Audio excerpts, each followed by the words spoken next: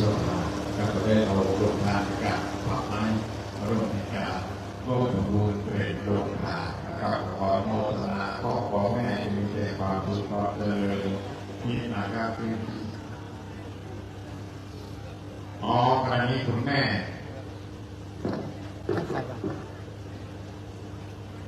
กับคุณแม่สุรภาครับหลังจากนั้นคุณพ่ออำนาจเรียบรานจากประเคนกันแก้วทั้งสามเบื้องหน้าองค์พระประธานไม่ย่างหรอก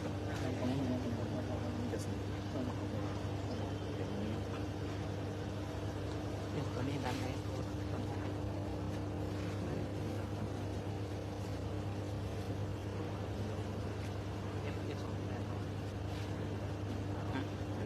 และลำดับประการนี้ไปขอเชิญคุณแม่สิริพรเรียบรางได้จุดเทียนส่องธรรมณเบื้องหน้าธรรมาเทศ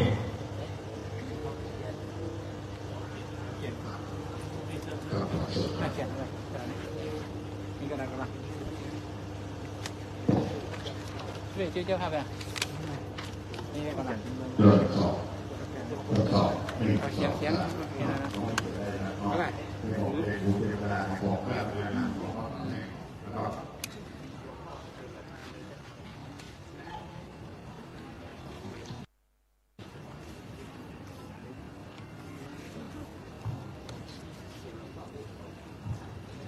พร้อมกันนั้นขอกราบรัตนาพระครูพิสารบุญนิพิษเจ้าคณะตำบลจางม้อยเจ้าวาดวัดกู่แสคำได้จุดธูปเทียนเพื่อนของน้อย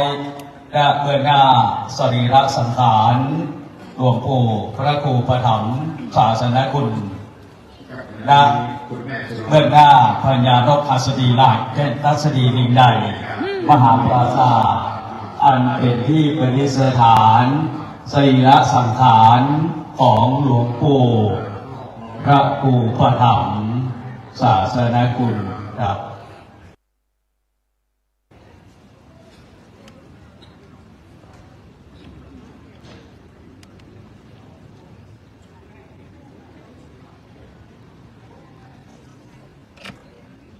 เราโอเคครับช่วยเป็นร้อยบาทครับมาได้ได้ดูรายการของสารนาวิญญาณของครูนะครับ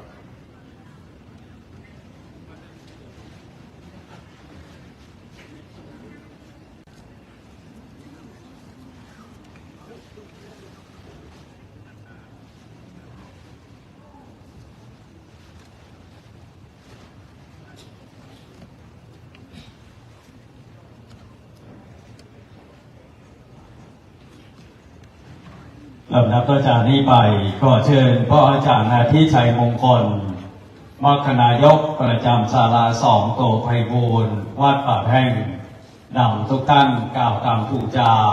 พระรัตนตรัยไหว้พระสมาทานเป็นกสิณตามลำดับณบัดนี้ครับ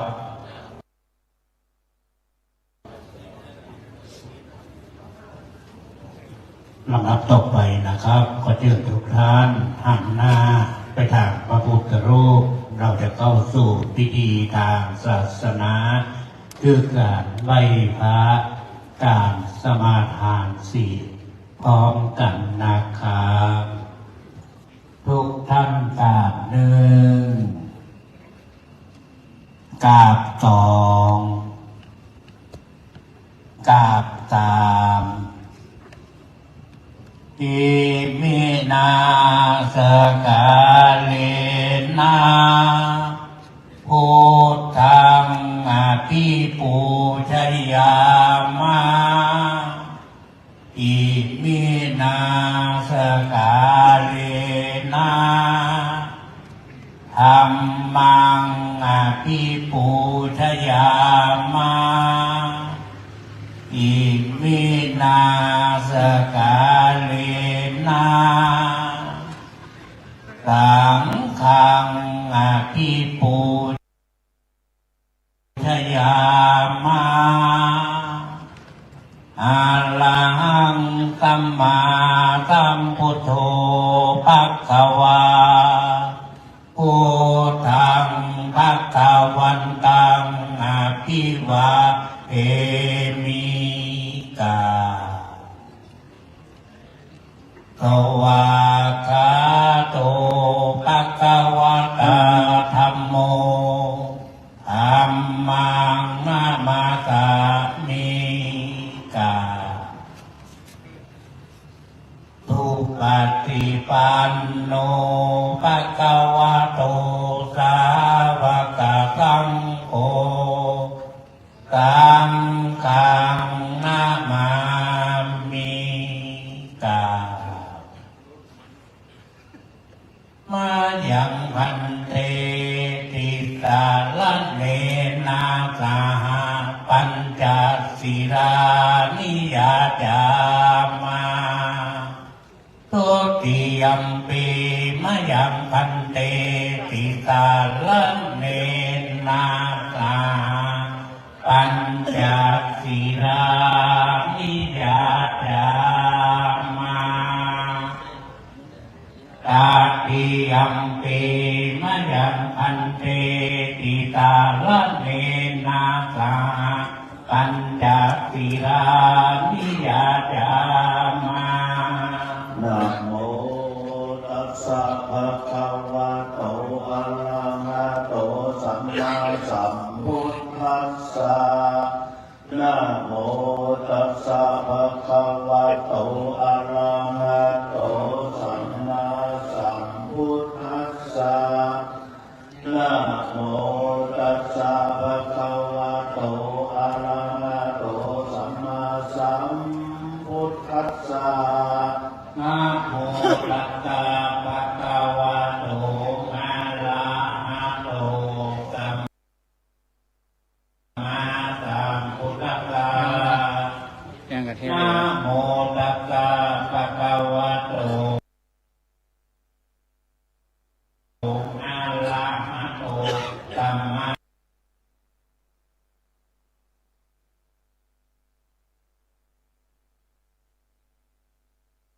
สัมพุทธัสสะ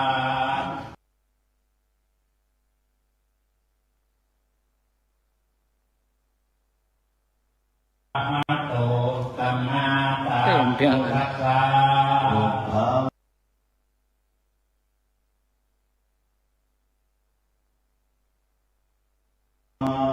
สรณังคัจฉามิธัม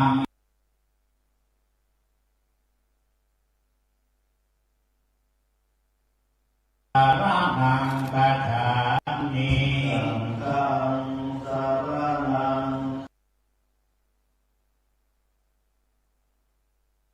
สารณิยัมปิธัมม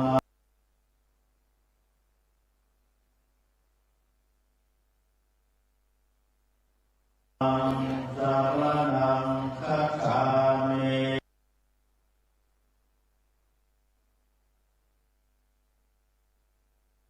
อังกัจตังธรรมสารนังคัจฉามิตติยังสรณังคัจฉามิตัตติยัมปิพุทธังสารนังคัจฉามิตัตติยัมปิธัมมังสรณังคัจฉามิตัตติยัมปิธัมมังสารนังคัจฉามิตัตติยัมปิสังฆังสารนังคัจฉามิยัมปิสังฆังสารนังคัจฉามิปฏิปาตาเวระมณีเสตังสมาธิยามิปานาปะตังสมาธิยามิอาตินนาทานาเวระมณีเสตาปะตังสมาธิยามิอาตินาทานาเวระมณีสิกขาปะตังสมาธิยามิกาเมสุมิจฉาจาราเวระมณีเสตาปะตังสมาธิยามิกาเมสุมิจฉาจาราเวระม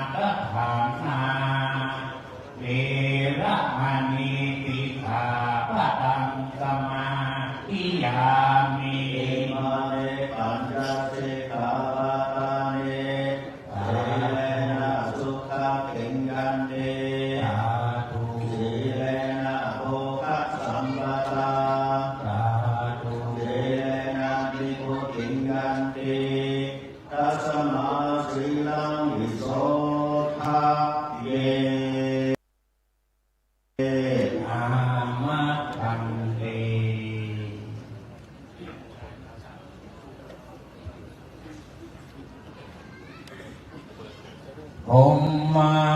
จะโลกาธิปติตามปฏิกันันทติอันพิวรังอาญาจะทาตันติทะสตตาปะระชะขะชาติกาเอเตตุธัมมังอนุกรรมติมังปะทังอลัตตนังกาโลมานะโมตัสสะ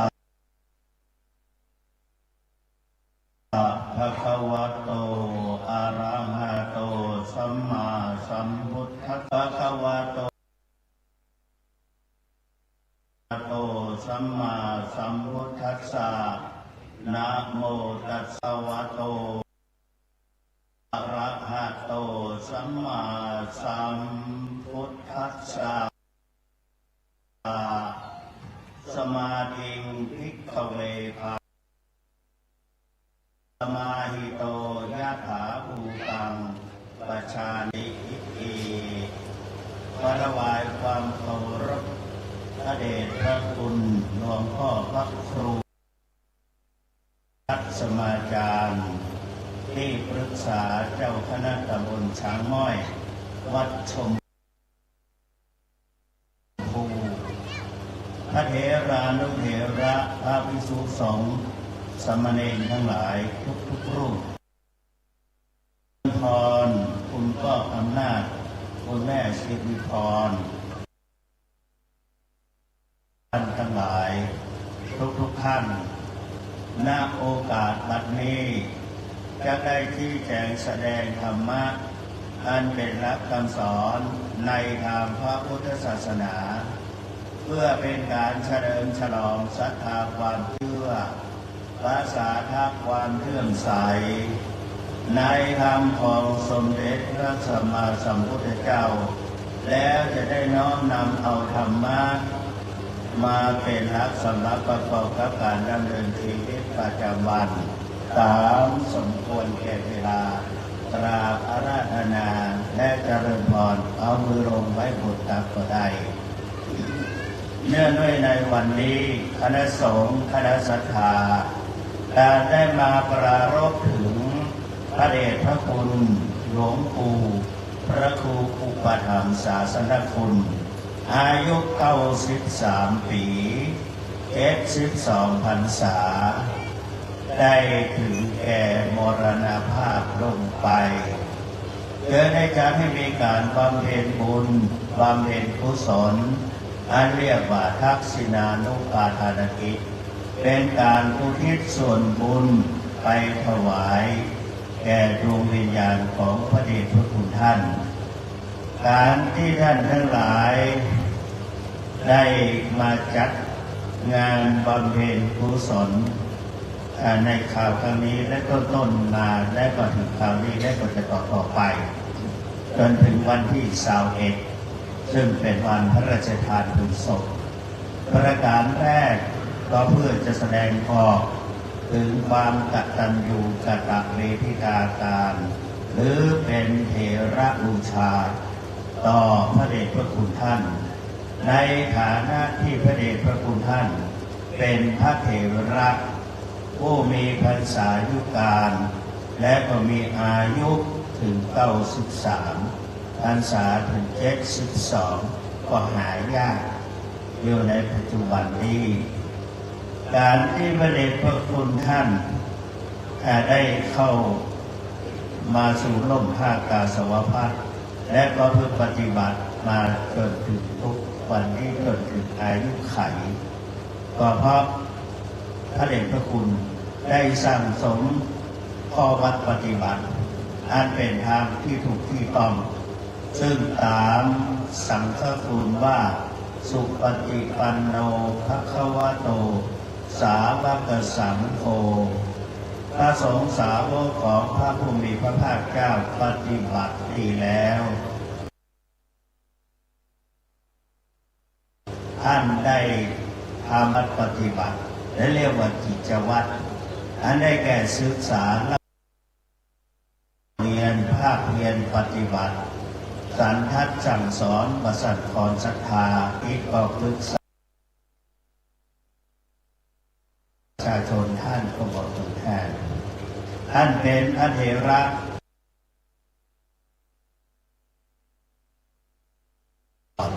ที่ประจักษ์ที่สุดก็คือพระเดชพระคุณท่าน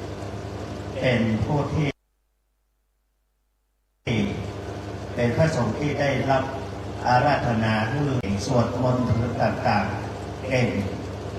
เมื่อก่อนนั้นก็จะมีอยู่คณะหนึ่งครูบาหม้อคำตวงครูบาวัดป่าแพงครูบาวัดแสนฝางอะไรหลายองค์ที่มานำสวดมนต์เก่งถ้าได้ยินเสียงแล้วก็อ๋อที่ท่านสวดมนต์เก่งนั้นท่านทำด้วยมีอานิสงส์หนึ่งเพราะว่าหนึ่งแล้วนำผ้าตามว่าไปเลยคือถูกต้องแม่นยำช่ำชองคล่องปากอานิสงส์ข้อที่สองนั้นขับเสนียดจันไรภัยพิบัติตลอดถึงพูดผีปีศาจและเป็นเทวบุตรคือเป็นที่รักของเราเทพเทวาเทวบุตรรักษาเทวดาคุ้มครองเป็นที่ยำเกรงของศัตรูหมู่มารร้ายเกิดความศักดิ์สิทธิ์เกิดความไปเกิดตบะ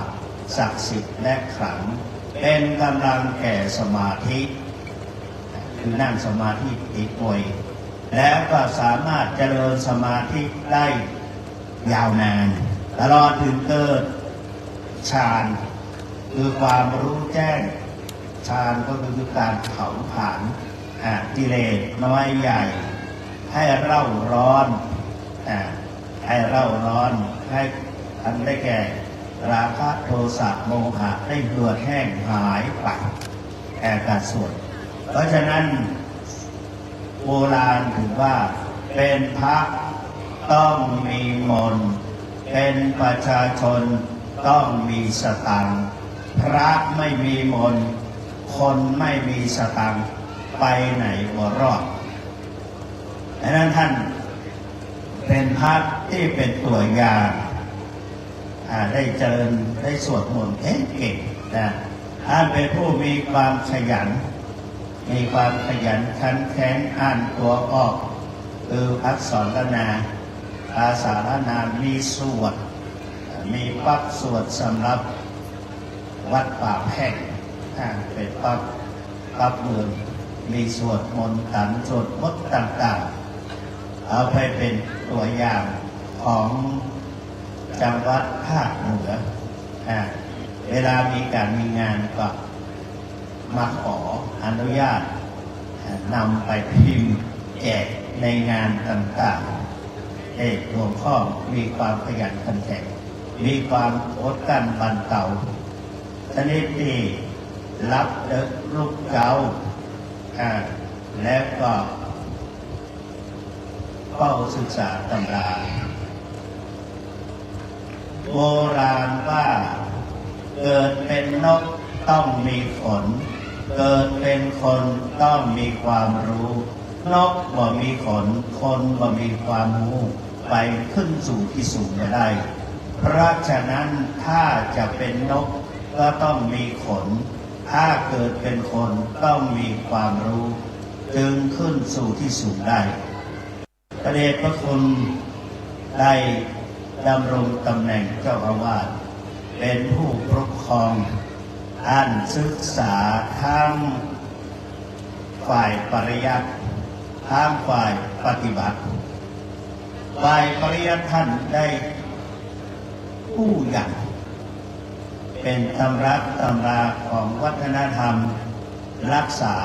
โบราณประเพณีวัฒนธรรมทางเหนืออันเป็นการที่กล่อมเกลาจิตใจของพุทธศาสนิกชนเป็นแบบเป็นเป้าเป็นแบบเป็นอย่างกับคณะสงฆ์ในรุ่นต่อมานี้ได้ท่านสามารถเป็นตัวอย่างได้นอกจากนั้นพระเดชพระคุณไปยังได้ เจริญกรรมฐานภาวนาท่านสาธุชนทั้งหลายเดชพระคุณเราทั้งหลายมาวันนี้ก็เพราะว่าท่านมีคุณธรรมที่ทำให้เราท่านทั้งหลายได้รำลึกนึกถึงพระเดชพระคุณท่านอาตมาองค์หนึ่งละที่จริงได้รับอาราธนาจากพระเดชพระคุณท่านเจ้าคณะจังหวัดแพร่วันที่21พอดีขอเมตตาเจ้าอาวาสวัดพระธาตุสีจอมทองไปงานพระราชทานเพลิงศพพระธาตุอย่างนี้เป็นที่ปรึกษาเจ้าคณะจังหวัดแพร่เพราะว่าท่านนิมนต์เอาพัดยศไปตัวเพราะว่าได้รับพระราชทานผ้าไตรจากสมเด็จพระนิธิาธิราชเจ้าอามาก็เลยบอกว่าในเมื่อพระเถระที่เชียงใหม่มรณภาพชื่อเราเคารพเราจะไปทำบุญต้องบอกให้คนขออนุญาตบอกไปได้ก่อนก็ตอนนี้มนต์ไปเทศคืนวันพรุ่งนี้พอดีแต่ไม่นั้นวันนี้มาที่นี่ก็เพราะว่ามาปะหลวงพ่อเมื่อใดก็ได้ยิ้มแย้มแจ่มใสเหมือนพระเดชพระคุณหลวงพ่อพระครูพิพัฒน์สมาจารย์หลวงพ่อพระครูพิพัฒน์สมาจารย์เข้ามาตรงมาหากันยิ้มแย้มแจ่มใสตักแล้วก็พระเดชหลวงพ่อพระครูพิพัฒน์สมาจารย์ก็อายุวันนี้นี่เป็นที่สองของที่สามของจังหวัดเชียงใหม่น้องพ่อเนาะที่สามของจังหวัดเชียงใหม่ก็ได้พระคุณบอกไว้วันนี้ทำไมถึงไม่ไปเพราะมาเมื่อใดได้รับเมตตาจากหลวงพ่อพระเดชพระคุณหลวงพ่อพระครูอุปถัมภ์ศาสนคุณเพราะอย่างย่อๆแล้วว่าเพราะเมตตาที่ท่านมีความดีที่ท่านได้กระทำคุณธรรมที่ท่านได้บำเพ็ญความร่มเย็นที่เราได้รับ4 อย่างเมตตาที่ท่านมีความดีได้กระทำคุณธรรมที่ท่านได้บำเพ็ญความร่มเย็นคือความม่วนอกม่วนใจมาปากแห้งและให้มาเอาให้มานี่ตั้งแต่ต้นก็ได้มาเทศครั้งหนึ่งละวันนี้ก็มาตั้งใจว่าจะมาสนองคณะสำนักงานของคณะลูกศิษย์ลูกหาหลวงพ่อและก็ได้มายกย่องสรรเสริญได้นำเอาคุณธรรมของพระเดชพระคุณหลวงพ่อมาประกาศคือแก่หมู่เฮาทั้งหลายทุกท่านสาธุชนพุทธบริษัททั้งหลายได้สดับกันท่านสาธุชนให้มีอายุยืนอย่างหลวงพ่อวะอายุ90 ปีได้กำไรนะเนี่ยตามที่เพื่อนว่ากันนั้นถึง90จะลองนึกลองว่าเอาที่นึกนี่ได้หรอเพื่อนว่า10 ปีอาบน้ำบ่หนาว20 ปีแอวสาวบ่ใกล้40 ปีแยกการเมืองฟ้าพา50 ปีสาวน้อยดาประเจ็บใจ60 ปีไอเหมือนควานโคก70 ปีบ่หกเต็มตัว80 ปีไข้หัวมันให้90 ปีไข้ก็ตายไม่ไข้ก็ตายนี่ที่93ได้กำไร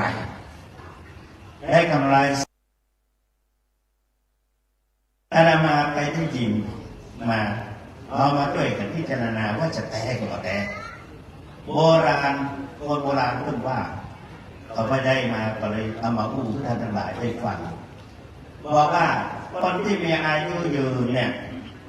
อย่างนี้มีว่าทุนมีบุญเป็นยามีเมตตาเป็นบ้านมีลูกหลานเป็นผ้าห่ม มีอารมณ์สดชื่นมีวาสนาเป็นทุนมีบุญเป็นยามีเมตตาเป็นบ้านมีลูกหลานเป็นผ้าห่มมีอารมณ์สดชื่นเฉพาะอารมณ์สดชื่นไม่บอกจึงทำให้อายุยืนมีวาสนาเป็นทุนทุกท่านที่อยู่ที่นี่และที่ยังมีชีวิตได้เกิดเป็นคนเนี่ยหรือว่ามีวาสนาได้เกิดเป็นคนมีวาสนาเป็นทุนเอาทุกท่านได้เกิดเป็นคนอะไรที่ทำให้เราเกิดเป็นคนศีลอาตมาเคยได้ไปเห็นกรอนบทหนึ่งเขาเขียนที่ตลับปัดถ้าจะพูดจะยาวหน่อยอย่าพยายามหลวงพ่อบอกว่าเอาเน้นนะเน้นเนื้อไม่นานเราพอหรอกเอานอนสามนอหนึ่งเน้นสองเนื้อสามไม่นาน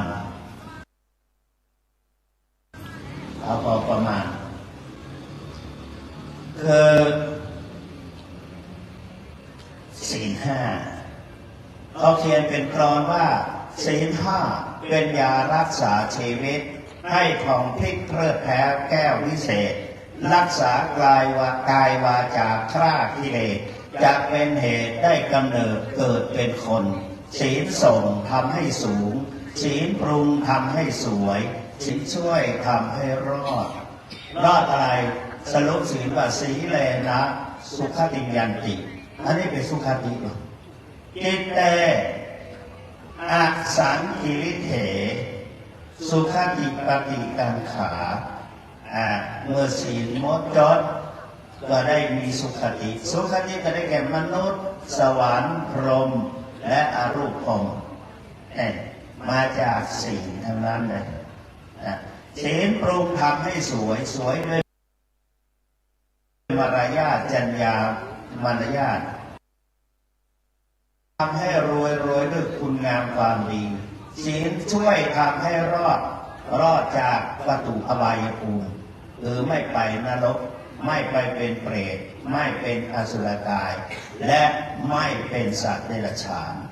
เพราะมีศีลศีลังโลเกอนุตตรังศีลเป็นเยี่ยมในโลกอันนี้เป็นต้นเนี่ยมีวาสนาเป็นทุนสองมีบุญเป็นยามีบุญเป็นยา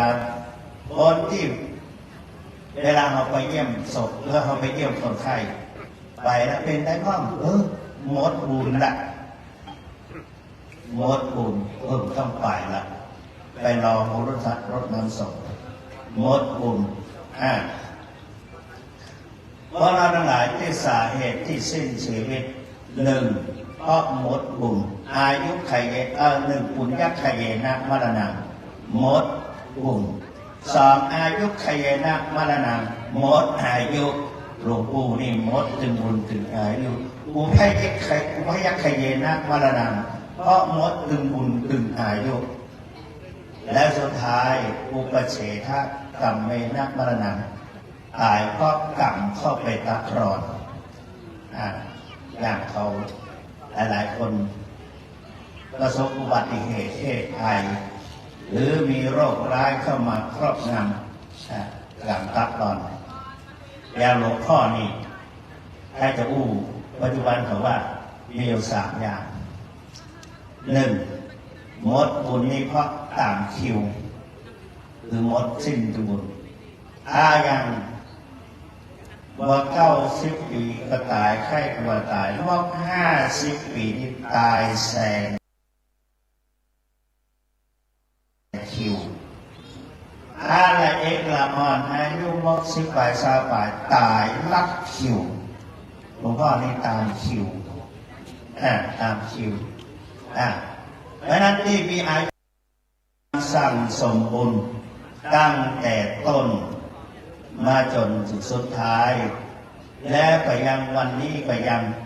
เอาบุญฝากหลวงปู่ไปทำเพราะหลวงปู่ไป จิตเตนะนิยติโลโกสัตว์โลกอันจิตย่อมนำไปกายหลวงปู่ละทิ้งไว้ตรงนี้แต่จิตไปกายด้วยหนังโบราณว่า4 คนหาม3 คนแห่1 คนนั่งแคร่2 คนปาไป2 คนได้แก่ตุนบุญตนบาปตัวบุญตัวบาปแล้วนี่เขาก็ทำบุญฟ้าบุญญาณิปาลโลกัสมิงปฏิภาโหติปานินานบุญเป็นที่พึ่งของสัตว์โลกหรือว่าผู้ไปสู่ปรโลกเพราะว่าทางปรโลกไม่มีเกษตรกรรมไม่มีพาณิชยกรรมและก็มามีกรรมกรซื้อแลกแจกแถมก็ได้ยันหลวงพ่อจะไปบิณฑบาตก็พอได้บุญหนีไปเป็นบุญบุญโดยไปทุกจักย่างก้าวเขาเขียนเป็นกลอนว่าบุญเป็นเงาเฝ้าตามติดบุญเป็นมิตรในทุกที่คอยช่วยเหลือเอื้ออารีห่างราคีปลอดโดยภัยบุญพิทักษ์บุญรักษาบุญนำพาพบสุขสดใสเมื่อชีพรับดับจิตตายบุญส่งให้วิวัฒน์สวัสดีและนั้นเขาขนาดกับเจริญรอยตามหลวงพ่อ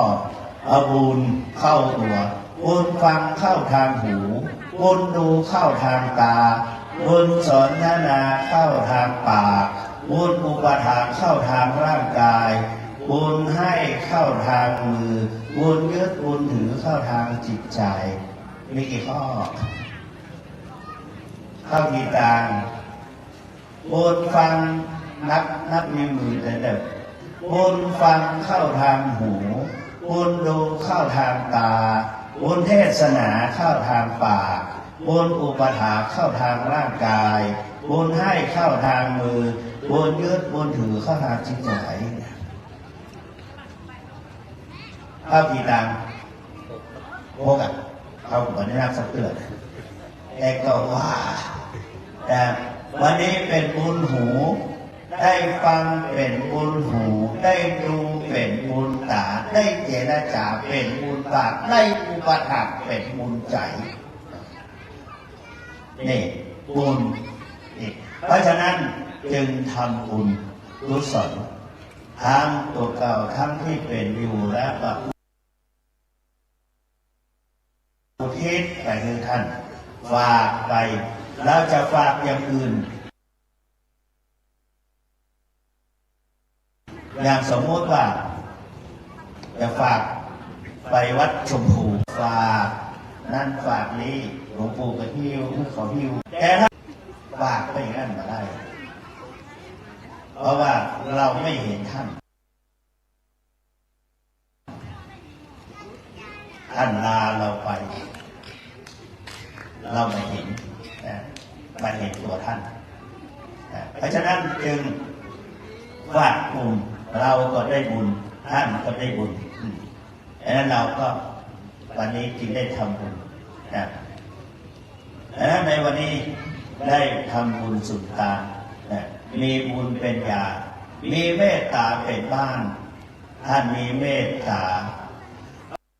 พระพุทธเจ้าตรัสว่าโลโกปะถามที่กาเมตตา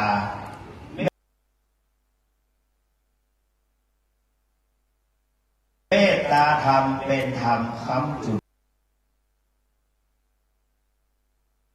โลกเพราะนั้นเวลาเพื่อสวดปารมีเมตตาปาลาเมสัมปันโนเมตตาอุปปาเพราะนั้นศีลก็เหมือนกันการที่เรารักษาศีลเนี่ยว่าเรามีเมตตาต่อกันจึงไม่ฆ่าเมตตากรุณาจึงมาฆ่าสัตว์ตัดชีวิตก็อินดุมันนี่แหละหลวงพ่อเราได้ทำบุญวิวาสนาเป็นบุญได้เกิดเป็นคนได้ยนพระพุทธศาสนาได้เข้ามาบวชตั้งแต่ต้นจนถึง12 พรรษาประเทศเล็กสน้อยอายุของหมู่ทั้งหลายที่นั่งที่พักคนบัดนี้ถ้าตัวคุณโดยแหละคุณได้70ยังบัดเต้าภาษาหลวงพ่ออันนั้น ได้ยนศาสนา มีกัลยาณมิตรได้พระคนดี มีศีลมีธรรมจึงจัดนำมือมาเข้ามาสู่ร่มผ้ากาสาวพัดเลี้ยงชีวิตอย่างถูกต้องเหมาะสมสุจริตเป็นวิสัยมีน้ำใจไม่ริษยาไม่ริษยาใครฉะนั้นท่านสองมีบุญเป็นยาสามมีเมตตาเป็นบ้านสี่มีลูกมีความเก่าและก็มีอารมณ์สดชื่นท่านเจริญสมาธิภาวนาสมาธิภาวนาท่านสาธุชนทั้งหลายจิตใจของตัวเราเป็นสิ่งสำคัญวันนี้ท่านพระคุณยกเรื่องเกี่ยวกับปฏิบัติเพื่อนมาสมัยก่อนตอนที่พระมีแต่โรคภัยไข้เจ็บป่วยนอนแน่ๆแต่ได้ยินคำครูบาพระบาทตรัสว่าสมาธิวิโกตปฏิบัติพระพุทธเจ้าของเรารักสอนว่าสมาธิวิโกเวทาเวทาจะหาภูตาในวัฏสงสารทั้งหลายพวกเธอทั้งหลายจงยังสมาธิเพราะสมาธิแล้วจะเห็นตามความเป็นจริงสมาธิจะเกิดได้ก็ต้องอาศัยการปฏิบัติทั้งสมถภาวนาวิปัสสนาภาวนาทีนี้อาตมาไปเรียนบอกพูดเถอะถ้าเราปฏิบัติวิปัสสนากรรมฐานจะได้อะไรไปทำงานก็หวังได้ค่าจ้างสาธุชนทั้งหลายอายุ60แล้วได้ที่อย่างชีพเมื่อนี้คนแก่เงินแจกออกก็พร้อมเนี่ยอาตมาก็มาได้ไปส่งแจกเราคนก็เป็นพระภิกษุคนบางทีก็ได้ไงก็ที่เขาแจกกันเป็นวันแต่ติดว่ากันเป็นมากมายเพราะฉะนั้นทานมันอย่างจะต้องได้ถ้ายังจะเจริญสมาธิภาวนาจะได้อะไรมีโยมถามหลวงพ่อทองพอดีที่กล้าพูดว่าจะมาอยู่ใกล้ชิดพระโสดพ่อทองและก็ได้แปลงตีมแต่งขึ้นเป็นตัวหลวงและก็มรณภาพลงไป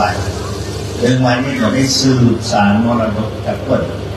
มาเป็นเจ้าอาวาสที่เป็นประกาศเจ้าอาวาสวัดพระธาตุสีจอมทองวรวิหารในวัดนั้นมีสำนักวิปัสสนาก็ต้องศึกษาเราเรียนทางภาคปฏิบัติทางภาคอริยทีนี้ท่านสาธุชนทั้งหลายมีโยมถามหลวงพ่อว่าหลวงพ่อค้างปฏิบัติวิปัสสนากรรมฐานของหลวงพ่อแล้วจะได้อะไรอาตมาอยู่ใกล้ฝึกหัดเป็นพระวิปัสสนากรรมฝึกหัดสอบอารมณ์จนไปนั่งพอดีโยมถามก็ดีว่าจะถามอาตมาตั้งใจว่าจะตอบแบบนี้หลวงปู่เราว่าได้4 อย่างคืออะไร1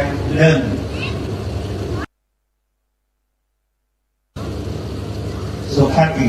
1ได้สติ2ได้สุขติ4พละแต่ต้องกำหนดปัจจุบันให้ได้ต้องกำหนดปัจจุบันให้ได้ตรงนั้นเขามีคนมาปฏิบัติอาตมาจะมารวบรวมยา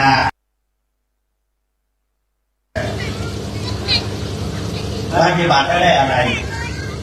จิตใจสงบพบปัญญาปัญหาหายค โรคภัยไม่ปรากฏทดแทนคุณพ่อแม่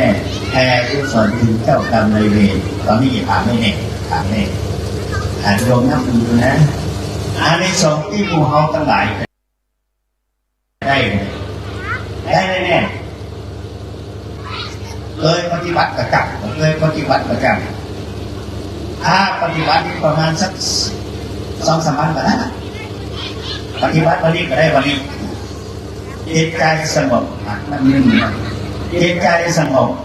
พบปัญญาปัญหาหายโรคภัยไม่กลับนับมีแหละน่ารักทุกคนได้มาจะถามนะอันนี้สมที่จะได้กระจายเป็นจิตใจอันนั้นมันมีอันนี้มือมันนะจิตใจสงบพบปัญญาปัญหาหายโรคภัยไม่ปรากฏทดแทนคุณพ่อแม่แผ่กุศลถึงเจ้ากรรมนายเวรได้กี่ข้อฮะโอกาสแต่ว่าหลวงพ่อทั้งหลายที่หลายๆต้องช่วยผมนะครับท่านจะได้อะไรก่อนได้อานิสงส์อะไรอาภุศกได้จิตใจสงบพบปัญญาปัญหาหายโรคภัยไม่ปรากฏทดแทนคุณพ่อแม่แผ่กุศลถึงเจ้ากรรมนายเวรได้อะไรโห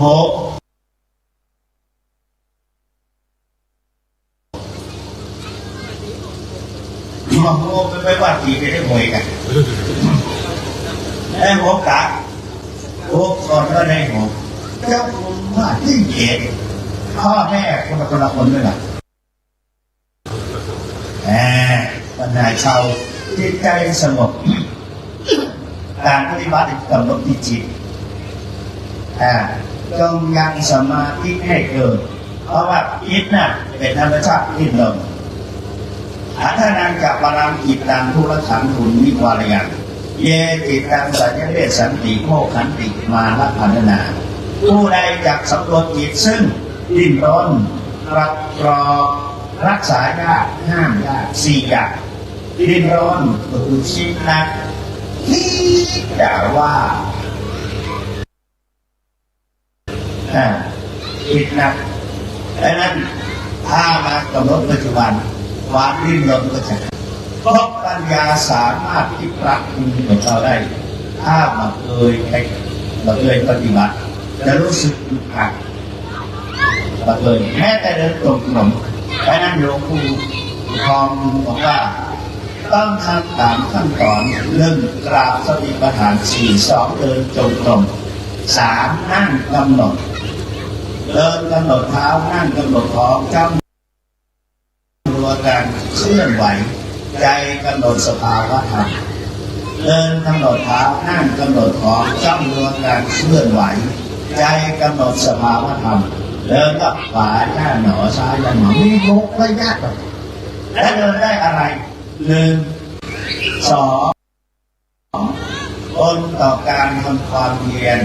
3อาหารที่กินเข้าไปแล้วย่อยง่ายสลายได้ดี4เลือดลมในร่างกายไหลเวียนได้โดยสะดวก5เป็นกำลังแก่สมาธินั่งสมาธิดีไว6เจริญสมาธิได้คุณงามถ้าเดินมาได้เพราะฉะนั้นสังเกตดูเฉพาะเดินเนี่ยอะไรมาร่างกายของพวกให้ดีมีแต่โรคแก่ไตโรคเบาหวานไขมันความดันไตและจะตับอ่อนเดี๋ยวนี้ตับอ่อนตับตับเลือดแก่เดียวไตก็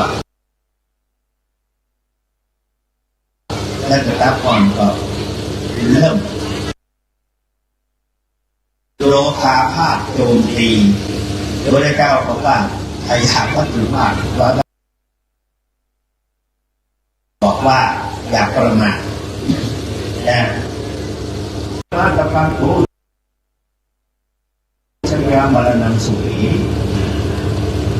โยมที่ทำความเพียรโยมที่แต่วันนี้โอ้ชัญญามรณะสุขีไม่มีใครจะรู้ว่าความตายจะมาถึงในวันนี้และอย่าประมาทและเราเดินจงกรมทั้งหมดนี้ก็เพื่อเป็นกำลังสมาธิตอนแรกก็ต้องมีไปกราบสติปัฏฐาน 4เพราะมาว่าตรงนี้เราข่าวสารจังหวัดต้องใช้เวลา เข้าไปดู Google ใน Google YouTube บอกว่าสาธิตการกราบสติปัฏฐานสี่ของวัดพระธาตุศรีจอมทองก็ได้ของวัดถ้ำเปิงตะโพธารามก็ได้ของตานางเลนังก็ได้ก็จะมีคนสอนตานางเลนังก็มาทองมั่นแสนชัยพระธาตุจอมทองก็มีเมื่อก่อนนั่นเป็นพระพิทักษ์ท่านพิทักษ์ก่อนพิทักษ์ท่านวัดตะเพิงก็มีท่านเจ้าคุณภาวนาธรรมาภิรัตน์สอนแค่มีทุกคุณสวรรค์เวทีและที่สอนนั่นแอลเปิ้ลคือที่สอนแปลว่าที่สาธิตในยูทูบใน Google มี3 องค์นี่แหละที่อื่นอาจจะมีแต่ว่าที่เขาไปดูนี่เพื่อประหยัดมันก็ไปสอนและจะสะดวกต่อการเจริญสมาธินะเดินจงกรมมี6 ระยะเมื่อเดินจงกรมแล้วก็มานั่งสมาธิทีนี้ท่านสาธุชนว่าเราเคยได้ยินว่าสมถะภาวนาสมาธิวิปัสสนาภาวนาหรือสมถกรรมฐานคือที่ตั้งที่เกิดของวิปัสสนาเพราะนั้นสมถกรรมฐานวิปัสสนากรรมฐานมันต่างกันยังไงต่างกันยังไงอาจจะขุดพระธรรมสมเสนาบดีทรงใส่ตอนที่หลวงปู่ทองได้มรณภาพต้นคณะสงฆ์คนเหลือมานิมนต์ท่านทุกคุณสุวรรณเมธีเทศหรือเทศในเรื่องกรรมฐานภาวนาแล้วมาบอกจู่โจมเทศเชี่ยวไว้เทศหน่อยพ่อถ้าบอกว่าหาคงไม่เคยจับว่าขึ้นเทศว่าอันนี้แหละแก้ตัวสามารถเอาตัวรอดได้คือระหว่างสมถกรรมฐานวิปัสสนากรรมฐานต่างกันยังไง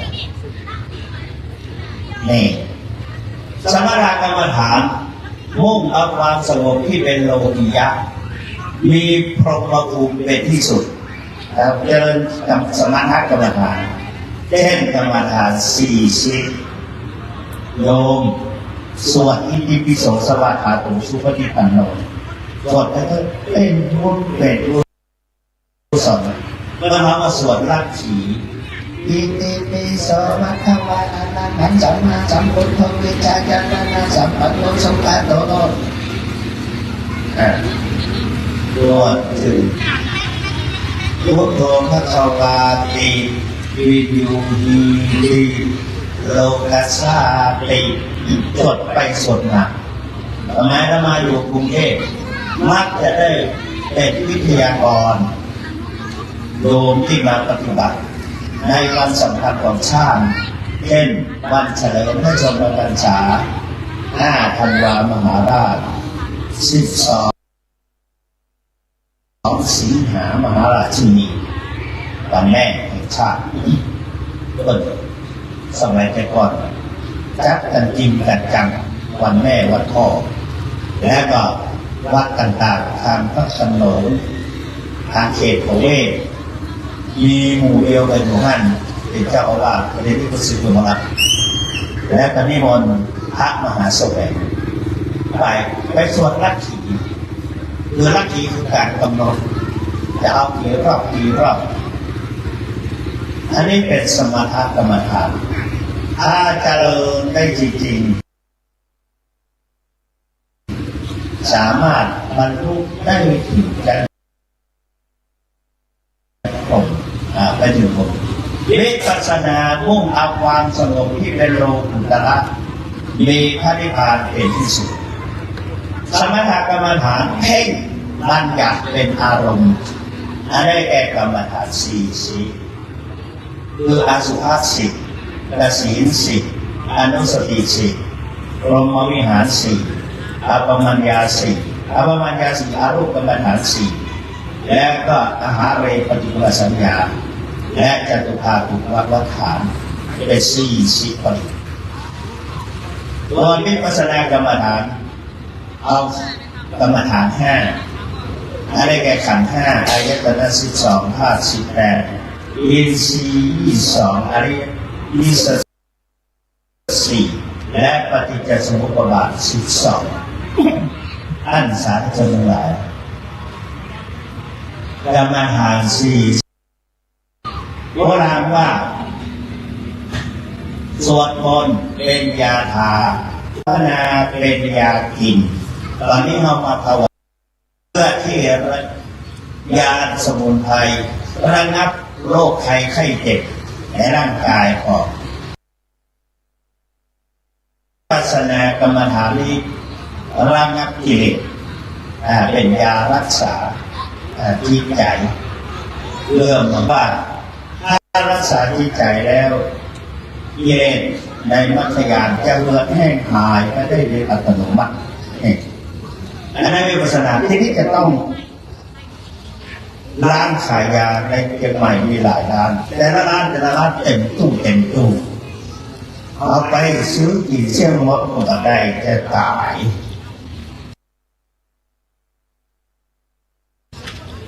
กรรมฐานก็เช่นเดียวกันต้องเป็นโรคอะไรก็เอาโรคนั้นคนเราทั้งหลายมีจริตอยู่6 อย่างในตัวเขานี่1ราคะจริต2โทสะจริต3โมหะจริต4วิตกจริตแต่ละจริตนั้นก็จะไปคนอย่างแต่ว่าเขารู้เลยเพราะว่าหลายองค์คนรอสวดแต่ญาติโยมก็รอที่จะไปไหนทีนี้ท่านสาธุชนทั้งหลายราคะจริตต้องเจริญกรรมฐาน11ได้แก่อสุภะ10และกายคตาสติอสุภะ10นั้นพิจารณาที่จริงในงานศพแต่เนี่ยสมัยแต่ก่อนพระพุทธเจ้าไล่พระพุทธเจ้าทั้งหลายไปสู่ป่าช้าผีดิบก็มาฝังเอาไปละแต่ถ้าจะฝังก็จะเผามากกว่า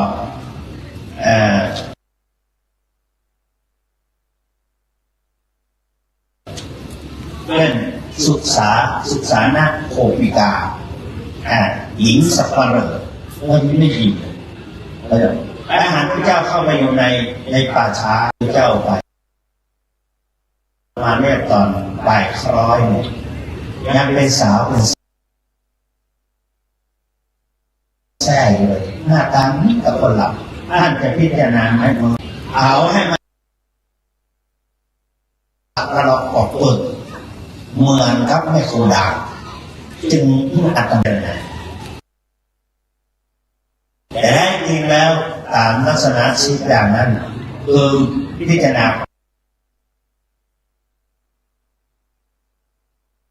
ความเปลี่ยนแปลงของสรีระเรื่องสรีระที่ปองขึ้นถึงเนื้อถึงตัวด้วยเจ้าไปกับพิจารณาอุทุกมาตะกังหลายอย่างสัก3-4 วันเคี้ยว3-4 วันน้ำเหลืองน้ำหนองไหลออกจากหูอยากจมูกน้ำเหลืองน้ำหนองนี่ก็เขาว่าพุโคโรทิตังพุโคอุคะน้ำหนองแล้วเขาก็พิจารณาว่าวิปุขกังสมัยนั้นมันมียาฉีดหลายวันเข้านี่อีน้ำมือนี่ก่อนออกรุดออกจากก็ต่อวิชิตขกังสิทธะแปลว่าการขาด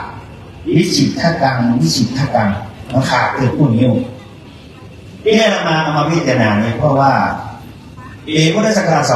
2506คุณย่าของอาตมาตายในสมัยนั้นมีการน้ำแข็งก็ใส่พยางพ่ออาตมาก็ไปเปลี่ยนน้ำแข็งตัว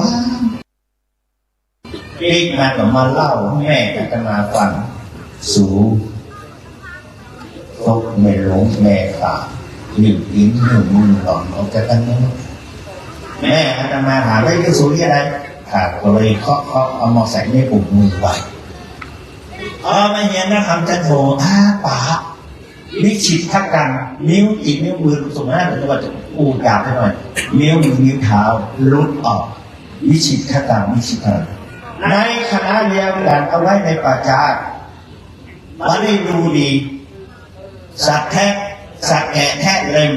มีแมงอย่างนั้นมาพบเงี้ยพบเป็นห้อยเ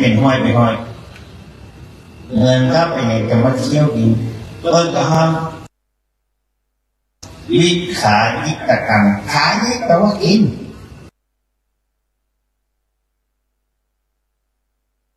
มันโคกกินวิขายิตกรรมมันไม่กินตัวเดียวมันลากไปลากมาเปลือนวิชิตกรรมตันเหม็นก็เหม็นซอสที่เอาไปใส่มันไม่พร้อมก็เอามีดฟันพระเจ้าพิจารณาหาตาจิตกรรมหาตาจิตกรรมเลือดมันยังไหลอยู่โลหิตกรรมเอาไว้เถอะแต่ละซอนแบบหนอนเยอะแยะปูรุวกรรมสุดท้ายเหลือก็กระดูกอัฐิกันพิจารณาเนี่ยแล้วเข้าไปพิจารณาสร้างสมเนี่ยมันดีเปรียบเทียบว่าสร้างสมนี่เมื่อก่อนมันก็เป็นอย่างเล่านี่แหละแต่มันตายไปแล้วเป็นอย่างนี้อันอื่นตัวเราก็เหมือนกันอย่างอีกไม่นานซากศพนี่เป็นชั้นใดร่างกายเราก็จะเป็นเช่นนั้นเมื่อพิจารณาก็คลายความกำหนัดเห็นไหมบรรเทาราคะหายไปเหงื่อแห้งหายไปอันนี้ เอามาเหมาะกับราคะจริตโทสะจริตไอ้ที่คนมันมือขึ้นที่คนไอ้ไหวมันถูกแกอยู่ในโป๊ะน้ำลายก็ให้ลงแม่อาตมาคนเอามาคุณพ่อกับแม่ผมชอบศึกษาธรรมะกันอยู่หากไม่มาถูกใจแกร้องเป็นน้ำลายที่ผมได้ทราบข่าวว่าจิตแม่อยากในตอนนี้ขอให้ทำบุญมาทุกชาติไม่ได้เกิดในนรกเจอกันแม่จะเกิดรู้จักเขาก็ได้กรรมฐานแก่เจริญพรหมวิหารสี่หรืออปมัญญาสี่พวกวิหารที่เจาะจงถ้าอปมัญญานี่ไม่เจาะจงแผ่บุญแผ่กุศลไปทั่วแล้วก็มาพิจารณาวันนะกสิณสีเข้าไปในสวนอ่านใบเขียวของต้นไม้ใบหญ้ามีละกะสินังพิจารณาดอกไม้สีแดงภิกษุสีแดงโลหิตกะสินังพอดอกไม้สีเหลืองปีตกะสินังดอกไม้สีขาวโอทาตกะสินังเรียกว่าวันนะกสิณที่มีสี่อย่างหนึ่งนีละกสิณังสองปีตกะสิณังสีเหลืองตอนแรกสีเขียวมาสีเหลืองตอนมาสีแดงมันสีแดงนี่เหมือนโลหิตกสิณังสีแดงสีขาวโอทาตกสิณังอันนั้นเนี่ยจะมาสอนแม่นะมันพ่อของอาตมากินข้าวกระนำอีกแล้วก็ฟักแก้วหนึ่งเรียบร้อยก็เรียกว่าดูสอนแม่เขาสอนแม่อยู่ในนี่เหรอสีเขียวอย่างสีเขียวเพื่อปลาเต้า ก็ต้องไปให้แก่พ่อก็เลยพิจารณาว่าลีละกสินังสีเขียวตัวเต่าลีละกสินังอาตมาก่อนนั่นสีแดงเนาะสีแดงเนาะกดผ่ามาเต่ามันแดงโลหิตะกสินังสีเหลืองละผมน้ำแก้วหนึ่งฟักแก้วหนึ่งก็จนตอกจะได้สีขาวแล้วเข้าในของสีขาวโอทาตะกสินังโอ้เป็นว่าอยู่ในขันโตเพราะฉะนั้นในสยามเมืองยิ้มอารมณ์ดีคนเหนือนี่อารมณ์ดีขันโตนั่นมีหมดอยู่ในกรรมฐานโยมท่าทางที่คุณเข้าไปในสุดแห้งสีพืชไทยพืชไม้หญ้าว่าเอาที่มันใส่เอาที่มันสะอาดสะอาดเพราะว่านีละกัจฉินังนีละกัจฉินังแปลว่าอย่างแปลว่าสีเขียวสีเขียวถ้าหากว่าจะใจคำอู้เป็นไทยก็สีเขียวสีเขียวก็ได้หนึ่งครั้งแต่ก็ปวดทุกการแม่ก็จะเอาไปส่งโรงพยาบาลแม่ผิดแล้วผิดปกติอันนั้นว่านั่นกรรมฐานแปลกแก้ความโกรธความเกลียดได้ถ้าโมหะโมหะจริตวิตกจริตโมหะจริตวิตกจริตหายใจรักษาสัพรักษาสัพอานาปานสติลมหายใจเข้าออกหายใจเข้าหายใจออกจะบรรเทาโมหะจริตและวิตกจริตสาขาจริตที่ใครเชื่อง่ายมีความเชื่อง่ายโดนหลอกบ่อย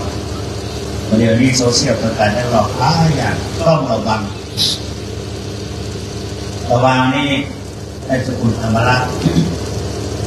ผู้ช่วยเจ้าวัดของเตือนข้อระวังเรื่องเขาเรื่องว่าเงินหนุนนั่นเงินหนุนนี่ลงข้อต้องระวังไว้เลยเขาเปิดฟังว่างบนั้นเข้ามางบนี้เข้ามา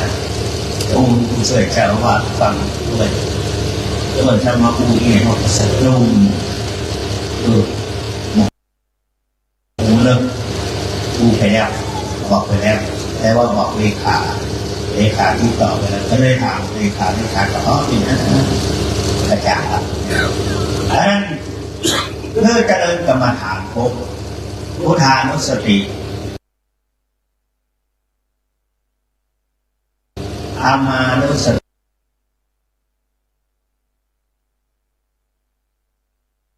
ิพุทธานุสติก็หายใจเข้าพูดหายใจออกโทหรือจะเอาพุทธานุสติเอาอิติปิโสภะคะวาสวะอิสวาสุอิติปิโสสวาสวะคาปุอิสวาสุอิสวาสุอิสวาสุอย่างนี้ก็เหมือนกันที่พระสวัสดิ์ท่านท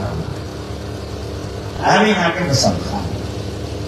ทำไมในก็ถ้าไผ่ฟังและเจริญหัวใจกรรมฐานแล้วมีเป็นที่ทำเนี่ยตายแค่วันเน่าแล้วเรามาเป็นขยมมีแม่น้อยเพื่อพ่อแม่น้อยแค่กับตัวน้อยแค่เราตามพ่ออาตมาเนี่ยว่าโคศกเนี่ยแค่แล้วแกตัวน้อยของเอาใส่โรงมาแล้วกับคนใครพอหน้าเอาใส่คนนั้นไม่สมพอเลยไปพอไม่อยู่อะไรแง่เจ็บยัดแล้วก็มาอู้กับไม่นานลูกคนไม่ได้อะไรมาปิดลองไม่ได้ซดมือก็แห่งแก่คนจะเลยหัวใจท่านทำอย่าง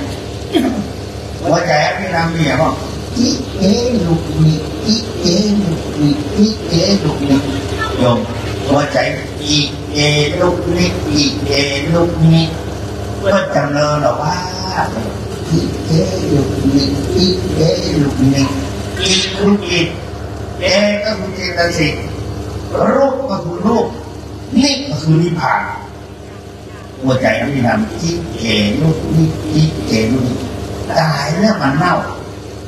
อะไรมาไปคุยมาเรียกว่าต้องไปข้างก็ฉีดยามันถึงเน่าอ๋อแต่นะมันเน่าแล้วอย่าไปเอากรรมฐาน40อสุภาพธรรมดาไม่ได้ละเมื่อก่อนนี้ได้เดี๋ยวนี้มันบรรลุนิ้วมือนิ้วเท้าเมื่อท่านทบกระไดก็ฉีดยาหมดเอาไปมาแข่งก็เอายืนก็ได้เพราะนั้นเขาเปลี่ยนผ้าหลวงปู่ทองถ้าจะพูดแค่นั้นนี้มันเปลี่ยนผ้าวัดใจสถานนิมนต์ท่านจะอุ่นไปท่านจะเปลี่ยนผ้าขอจะอุ่นไปขอพิจารณาเบาแล้วก็ตัวสะดุ้งแต่ว่าเคยพอแล้วนะเมื่อปีพุทธศักราช 2542มาเรียนอยู่ที่วัดสวนดอกดร.มหาสวัยสอนวิชากรรมฐานเนี่ยพาไปโรงพยาบาลไปขอเพื่อนห้องชันสูตรภิกษุไปหาแล้วอาตมาทนมาได้5ออกมาสวดดอกท่านเจ้าที่มนต์อันนัดถวายอาหารเพลงเดียวไปพอเอาลากมือหลวงพ่อผมก็หนักไปพอซบมาเนี่ยแล้วก็แอบออกไปอย่างแล้วผมหันเอาไปใครโยมคนคำว่าล้วนมันไม่ได้หันกระปุก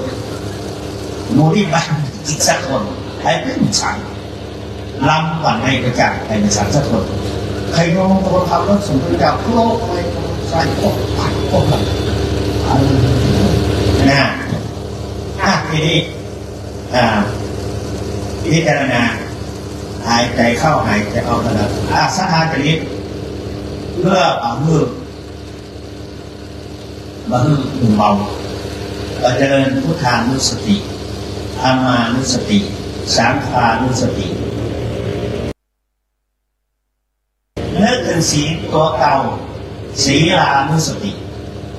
ศีลังเมปาริสุทธังศีลของเราบริสุทธิ์เนาะ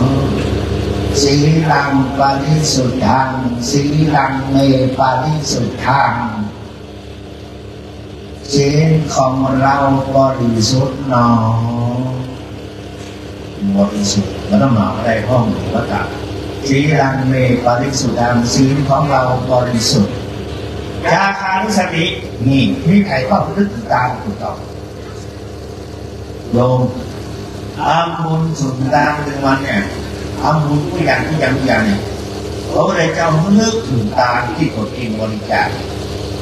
ยาคานุสติและนึกถึงทานที่ตนบริจาคตอนนึกถึงครั้งหนึ่งเงินเปิดไป1 ดวงหรือทุกเทียน1 เล่มนึกถึงครั้งที่2โมทนาทุกเทียนแห่งเล่ม 1คนอื่นมารัตตานุโมทนาใหม่ยังทำไม่ได้เป็นพระเจ้าเกษตรที่โกศลอาบุญอาสาสถานมีอำตายทรัพย์สินสมบัติพระราชฐานต้องมาชิบหายไว้สุดขอบหัวล้นบาดเองว่าแต่คนหนึ่งขึ้นชื่อว่าทานที่พระราชาบริจาคแล้วย่อมมีอานิสงส์แผ่ไพศาลวันหลุดฝนตกลงมาต้นไม้ใบหญ้าได้กลิ่นพุ่มแม้แต่สัตว์เล็กๆก็ต้องอาบซาบซ่านพระพุทธเจ้าฉันเสวยเรียบร้อยโลกหนีไปพระเจ้าเกษตรที่โกศลสี่ยามไทยได้ทำถึงขนาดนี้พระพุทธเจ้าก้มปั่นปอนสักหน่อยแม้แต่ชมหนึ่งเข้าไปถามพระพุทธเจ้าบอกว่าเพราะบริษัทของมหาบพิตรไม่บริสุทธิ์และก็เล่าผู้ฟังดีจะบอกว่าพ้องสาระประมาณว่านี่สุมาณอาจจะกำลังดูเนี่ยดีนะโอ้เราเขาดูขนาดนี้จะคิดยังไง ขอเดชะพูดทำไมว่าไปตามเมื่อที่คุณเจ้าว่าไปคิดแล้วพระเจ้าไปดูข้างนู้นนั่นนี่พระเจ้า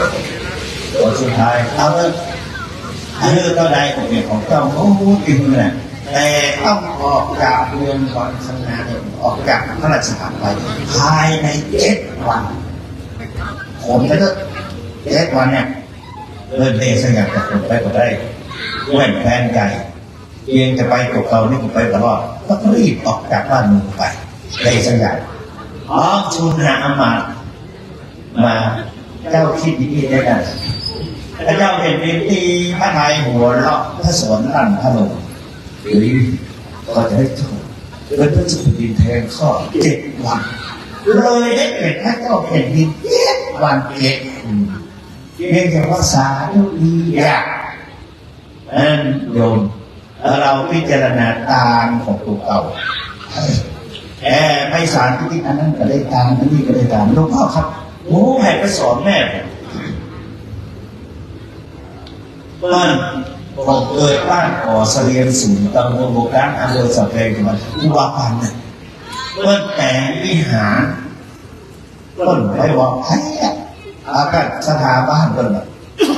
อาบุญมีเก็บเข้ายางรอเข้าเอาข้าวเหนียวเอาเข้าเม็ดข้าวเปลือกเนี่ยในเราแต่รถเราบ้านนั้นต้องท่านฐานแค่แต่ฐานนั้นรอเข้าแล้วก็ขายได้สตางค์ก็เลยสร้างวิหารแต่ย้ำขึ้นมาเหลือ4 เมตรได้เป็นข้าวสารได้เป็นเขาจะเอาข้าวสารไปทีใส่นี่ไปทำงานแม่ผมโตดไว้เข้าในสมัยนั้นถังเท่าใดลิฟเท่าใดได้ทำบุญสุนทานอย่างต่างๆโจดไว้ยามกินข้าวใหม่น้ำหวานเข้าวาสาออกภาษาตามที่ของที่ซื้อมานั่นน่ะเช่นก็ไหนแม่โตหมดใกล้จะสิ้นปีแม่ผมเอามาอ่านเด็กการเจ้าอ่านเด็กการเจ้าอีกบอกทุกพ่อผมแล้วผมเป็นนักอ่อนน้องอย่างนี้ผมก็ฟังแม่ผมเพราะผมมานี่แหละมาเป็นพระเจ้าเป็นนักเทศผมได้เห็นว่านี่แหละจาคานุสติและลึกถึงทานที่ตนบริจาคแล้วเอวตานุสติให้มีหิริโอตปะกรรมฐานภาวนาครูบาพระบัตรภาสอนในผมเองได้เน้นกับครูบาพระบัตรภาครูบาพระบัตรภาว่าต้องเจริญกรรมฐาน5 อย่าง1มี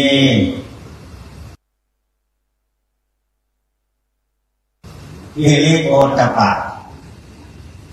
มีหิริโอตปะสัมปชัญญะ1สติสัมปชัญญะ2มีหิริโอตปะ4สังวร4ศีลสังวรสติ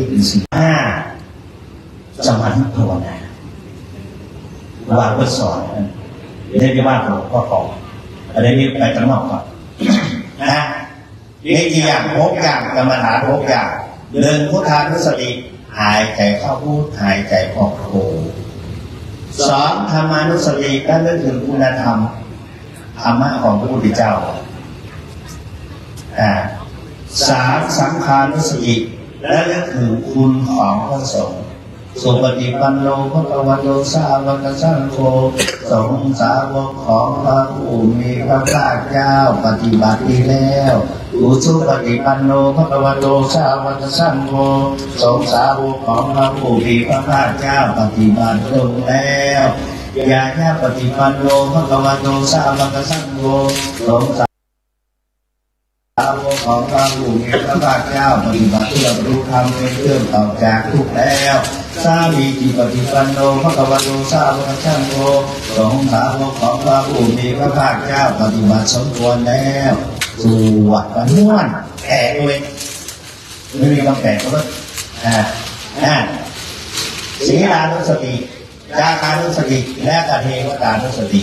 อันนี้แก่ทีนิโอตปะสัมปันนสุขธรรมะสมาหิตาสันโดสัพพุริสาโลเกติวัฏมาติมุจจเรคุณธรรมที่จะทำให้พวกเราเป็นเทวบุตรเทวดามีฮิริคือความน่าอายแก่ใจสองโอตปะความอินกลัวเรียกว่าสุขธรรมเป็นธรรมอันขาวธรรมขาวธรรมบริสุทธิ์นี่แหละ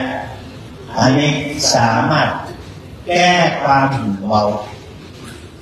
เรียกว่าสัทธาตริสัทธาตริและสุดท้ายพุทธิจริตอันได้แก่อุปสมานุสติมรณสตินึกถึงความตายนึกถึงความตายสบายนะมันหักรักหักหลงในสงสารบรรเทาโมหันอันธการทำให้หายสะดุ้งไม่ยุ่งใจเวลาจะนอนนึกว่าเราจะมีโอกาสได้ตื่นมาอีกไหมเจริญกรรมฐานภาวนามรณสติแล้วก็อาหาเรปฏิกูลสัญญาว่าบัตรภาวะพิสุสมณีทั้งหลายพวกเธอทั้งหลายเห็นเข่าชั้นเข่ามัวดำหืดมดถวยมดจอดกินแล้วมันจะน่อง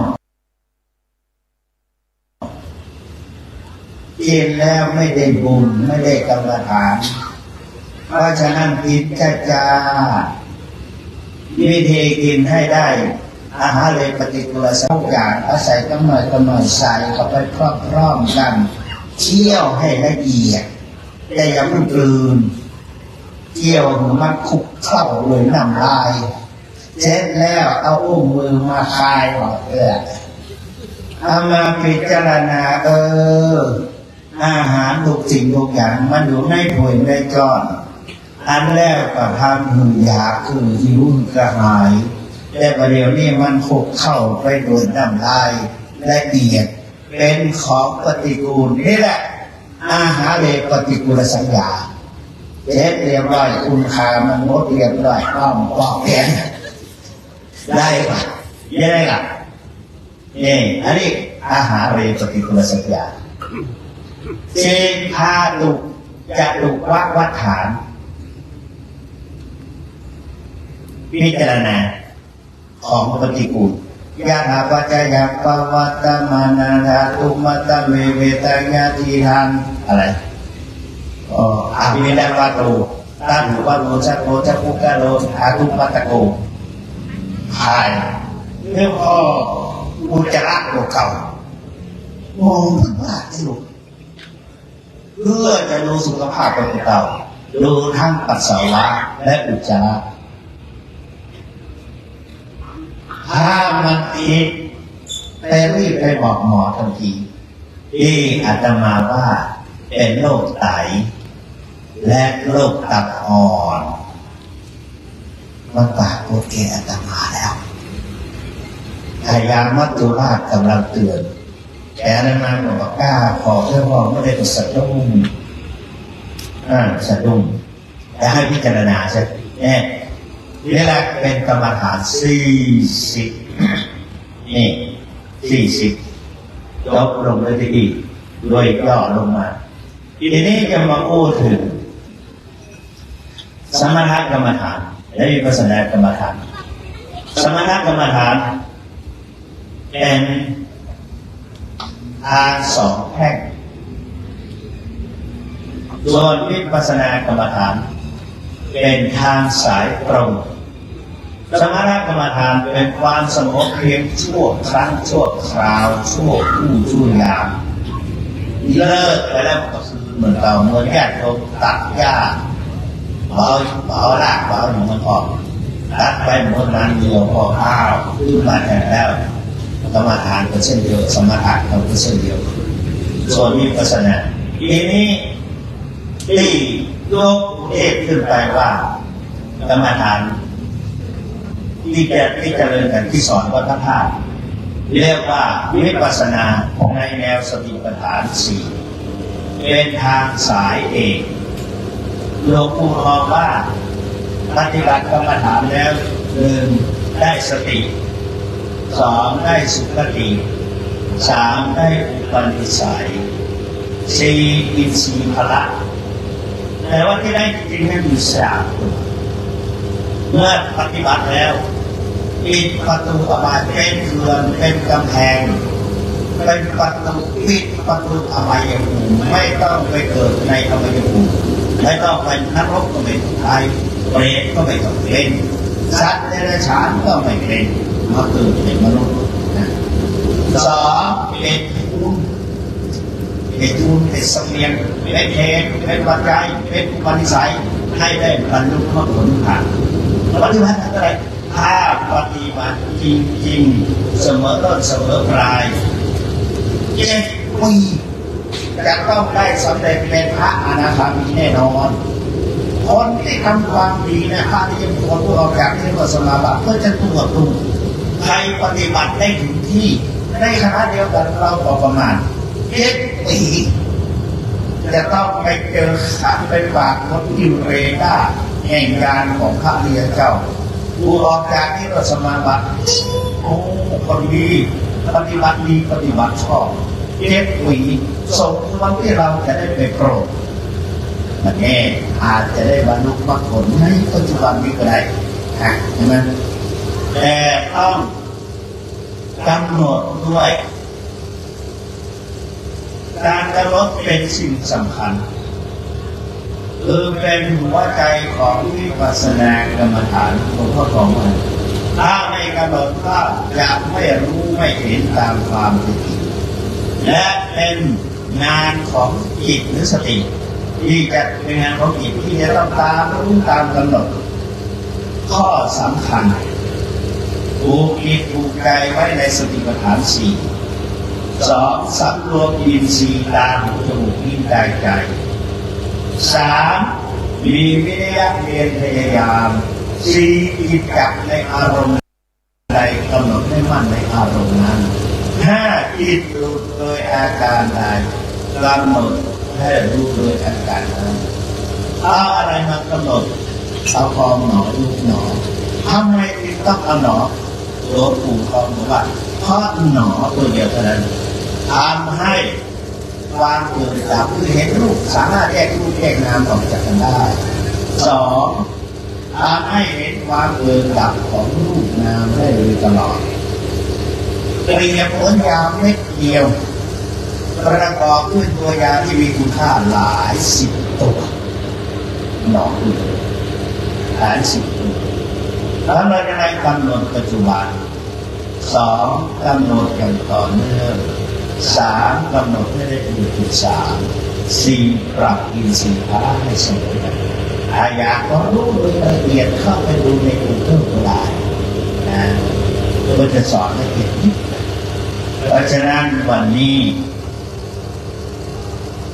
เลย1 ชั่วโมงมาได้10 นาทียิ่งว่าจะยิ่งยาวไปติ๊กๆดังนั้นข้อสำคัญรักษาจิตให้ดีทำหน้าที่ให้ถูกต้องมีสติไม่บกพร่องความเศร้าหมองจะหมดไปหากรักษาจิตไม่ดีทำหน้าที่ไม่ถูกต้องแถมมีสติบกพร่องความเศร้าหมองก็จะมากมายรักษาจิตให้สะอาดเวลาเช้าให้ขาวเวลาเพลนให้เย็นเวลาค่ำให้ชุ่มฉ่ำเวลากลางคืนให้สดชื่นทุกขณะลมหายใจโยมสงสัยทำไมถึงทำถึงขนาดนั้นเพราะจิตบางครั้งเป็นพรหมบางอารมณ์เป็นเทวดาบางเวลาเป็นมารบางการเป็นยักษ์เพราะฉะนั้นรักษาจิตนั่นแหละอิเตนะวิติโลโกรักษาและท่านสาธุชนทั้งหลายจงคุ้มครองปกป้องจิตของเราวันนี้เรียกว่าจะยาวของเรากำลังคุ้มหวัดดังนั้นในวันนี้ขอกราบขอบพระคุณพระเดชพระคุณหลวงพ่อพระครูพิพัฒน์สมาจารย์เนาะนั่นแหละ หลวงพ่อพระครูพิพัฒน์สมาจารย์ที่จริงพระกันน้อยวัดวัดชมพูแต่นี่มีเรื่องก็จะไปกราบไปไหว้หลวงพ่อจะได้อายุยืนอย่างหลวงพ่อดังนั้นท่านสาธุชนทั้งหลายมีหลวงพ่อเป็นเจ้าเป็นประธานตลอดพระภิกษุสงฆ์ทั้งหลายครูบาอาจารย์ทั้งหลายและภิกษุสามเณรทุกรูปและเจริญพรศรัทธาญาติโยมทั้งหลายมีก็อำนาจแม่สิริพรเปรียบปราณคนใดนะทุกท่านพร้อมด้วยคณะสถานญาติโยมทั้งหลายได้มาเป็นเจ้าภาพในค่ำคืนวันนี้จะนิมนต์ท่านเจ้าคุณพระสุวรรณเวทีมานำเอาธรรมะมาเทศนี้ประเภทในเรื่องสมาธิภาวนาอันเป็นหลักสองอย่างเรียกว่าหน้าที่สองอย่างคือการทารุระและวิปัสสนาธุระการทารุระจะได้แก่การศึกษาเราเองเพื่อสามารถมุ่งอาการพยัญชนะวิปัสสนาก็เพื่อให้รู้สามารถดูตัวออกบอกตัวได้ใช้ตัวความสั่งตัวเป็นเห็นตัวชัดแจ้งตัวถูกก็เห็นว่าสุขผลเป็นเวลาพุทธานุภาเวนะธรรมานุภาเวนะสังฆานุภาเวนะด้วยอนุภาพแห่งคุณพระศรีรัตนตรัยตลอดถึงกุศลผลบุญที่พระเดชพระคุณทั้งหลายญาติโยมทุกท่านได้กระทำบำเพ็ญที่เป็นไปแล้วข้อที่หนึ่งนั้นรวมมาเป็นตบะเอชะอภิบาลคุ้มครองป้องกันปกป้องรักษาอาราธนาให้หลวงพ่ออยู่เป็นโรคโพโรคใจของพวกเจ้าของผมเป็นมันและสถานญาติโยมทั้งหลายด้วยกับผู้มีอายุการยืนนานเจริญรุ่งเรืองก้าวหน้าในหน้าที่ในการงานปรารถนาสิ่งใดคือสำเร็จผลยุเลือกจุประกาศส่วนที่สองเราถวายแก่หลวงพ่อเป็นเสบียงไปปารโลกไปหน้าบุญใดกุศลใดที่จะทำบำเพ็ญแล้วก็ขอถวายคุณการแก่พระเดชพระคุณหลวงพ่อขอพระเดชพระคุณหลวงพ่อจงอนุโมทนาเพื่อสมดังเจตนาปรารภทุกประการรับประทานแสดงพระธรรมเทศนา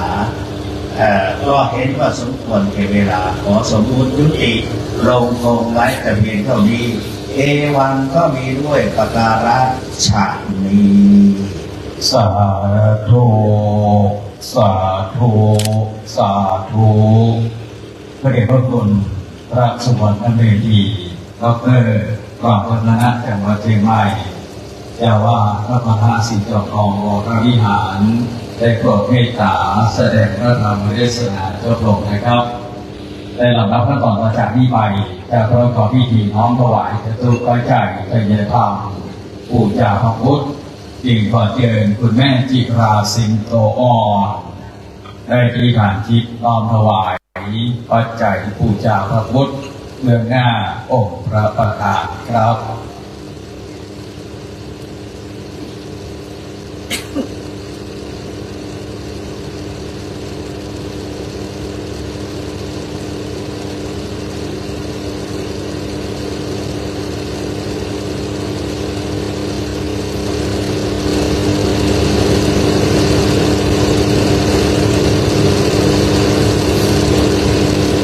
ลำดับต่อจากนี้ไปจะน้อมถวายจตุปัจจัยทายธรรมบูชากันเทศปัจจัยทายธรรมในชุดที่หนึ่งเป็นผ้าไตรขอเรียนเชิญคุณมงคลยงศิริวัฒน์วัยยาวัจกรวัดป่าแห้งน้อมถวายผ้าไตรแด่องค์แสดงพระธรรมเทศนาขอเรียนเชิญครับ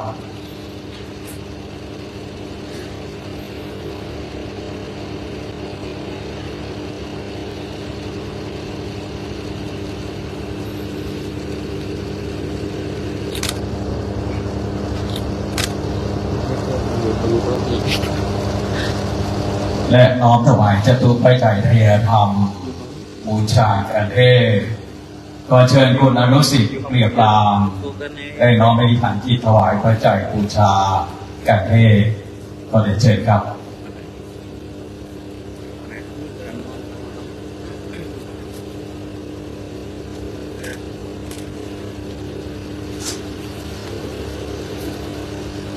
และน้อมปัจจัยต้นเงิน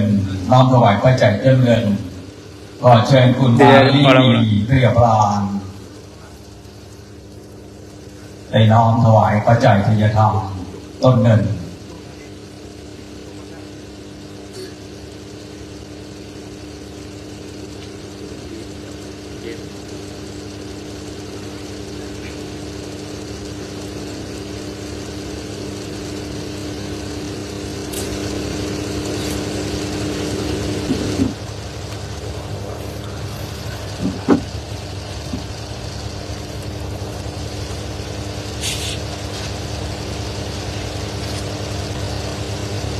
คุณมาลีเรียบรานน้อมถวายปัจจัยบูชากันทิแก่เทพเป็นต้นปูรคตะนะครับต้นเงินซึ่งมอบปูรคตะนี้เป็นสัญลักษณ์ของวัดป่าแห่งครับ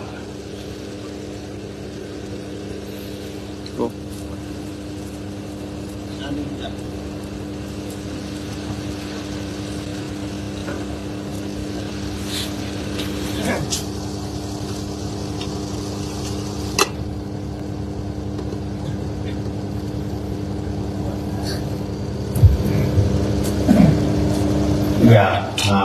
วาริวะหาปุราปริปุเรนติสาคลังเอวเมวะอิโตทินังเอกานุปสัมปติอิสิตังปฏิตังตุมหังอิโตเมวะปฏิตังตุสัพเพปุเรนตุสังกปาจันโทปนะระโสยะถามะวิโสระโสยะถาสัพพิโยอาจันตุสัพพะโรโควินัสตุมาเตอวันตรายโยสุขีกายโมภวะอาภิวาทานันสิริสัทธิจังพุทธาปจายโนจัตตารโอธรรมาวัฏันติอายุวโนสุขังภะลังสาธุสาธุสาธุ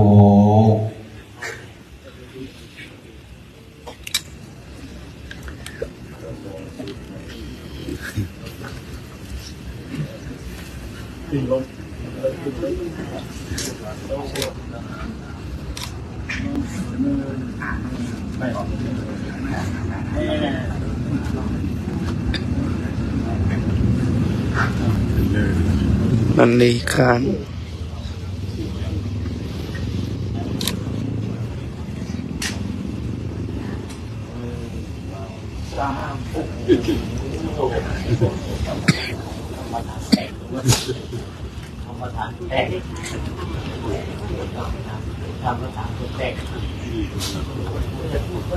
ส่วนเราก็จากนี้ไป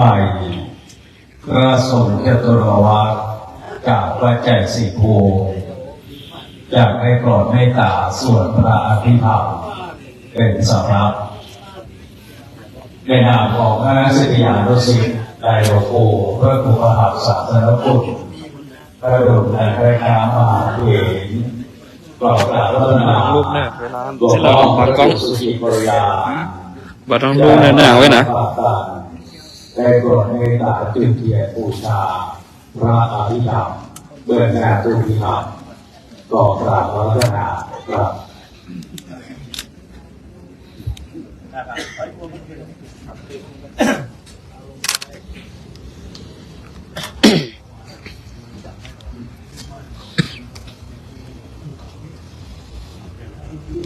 นะโมตัสสะภะคะวะโต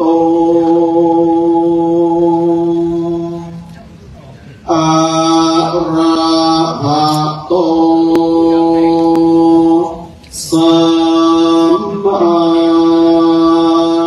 สัมพุทธั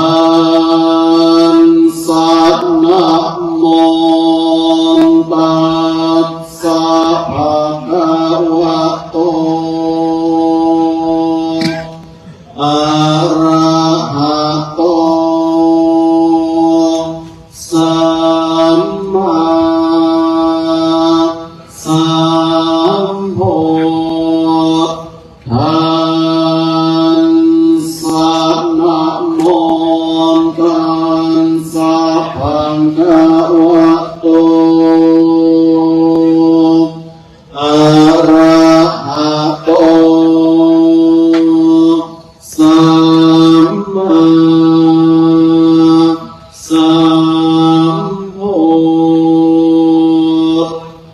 สา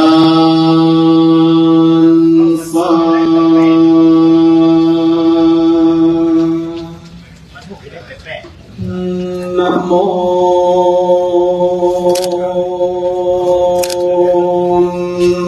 ตั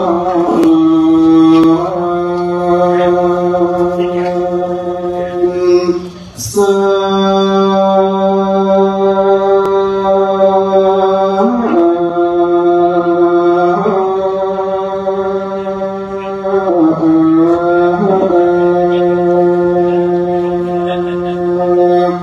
พระ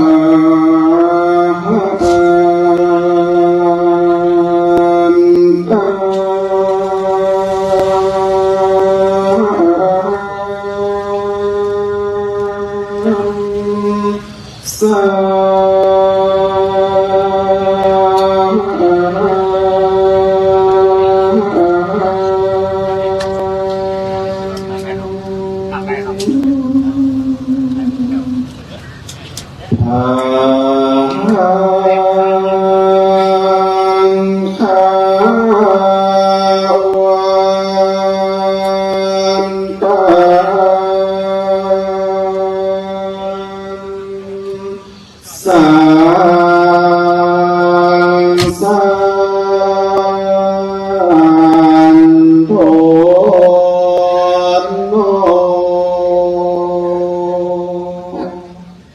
สั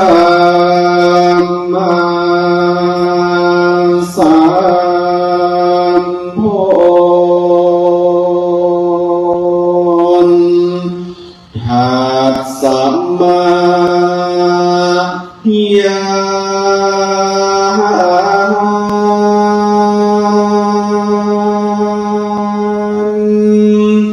โท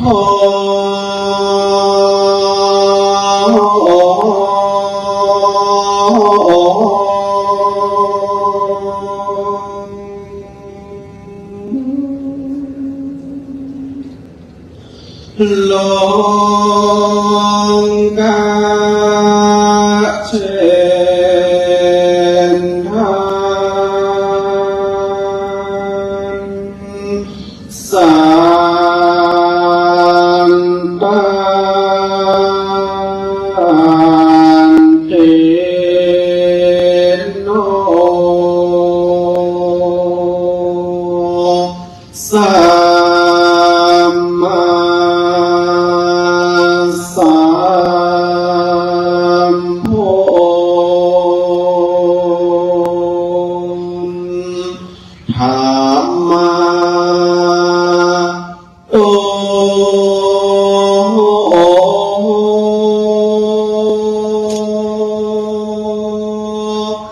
ลา